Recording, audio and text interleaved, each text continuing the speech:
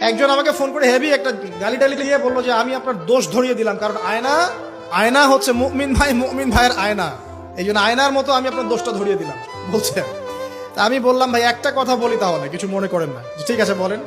আমার ওস্তাদ আমাকে শিখিয়েছিলেন ছোটবেলায়, একজন মুমিন আর একজন মুমিনের আয়না ঠিক আছে, কিন্তু আয়না কখনো কথা বলে না, আয়না চুপচাপ নিজের চেহারা দেখিয়ে দেয়। কথা বুঝতে পারছেন?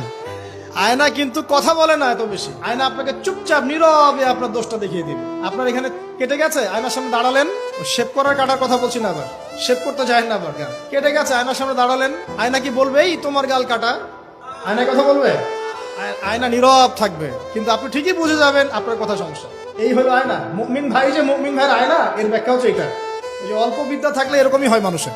তো দুটো কথা বলি, আল্লামা রুমি বলেছেন যে তুমি শব্দ দিয়ে যুদ্ধ করো। কি দিয়ে?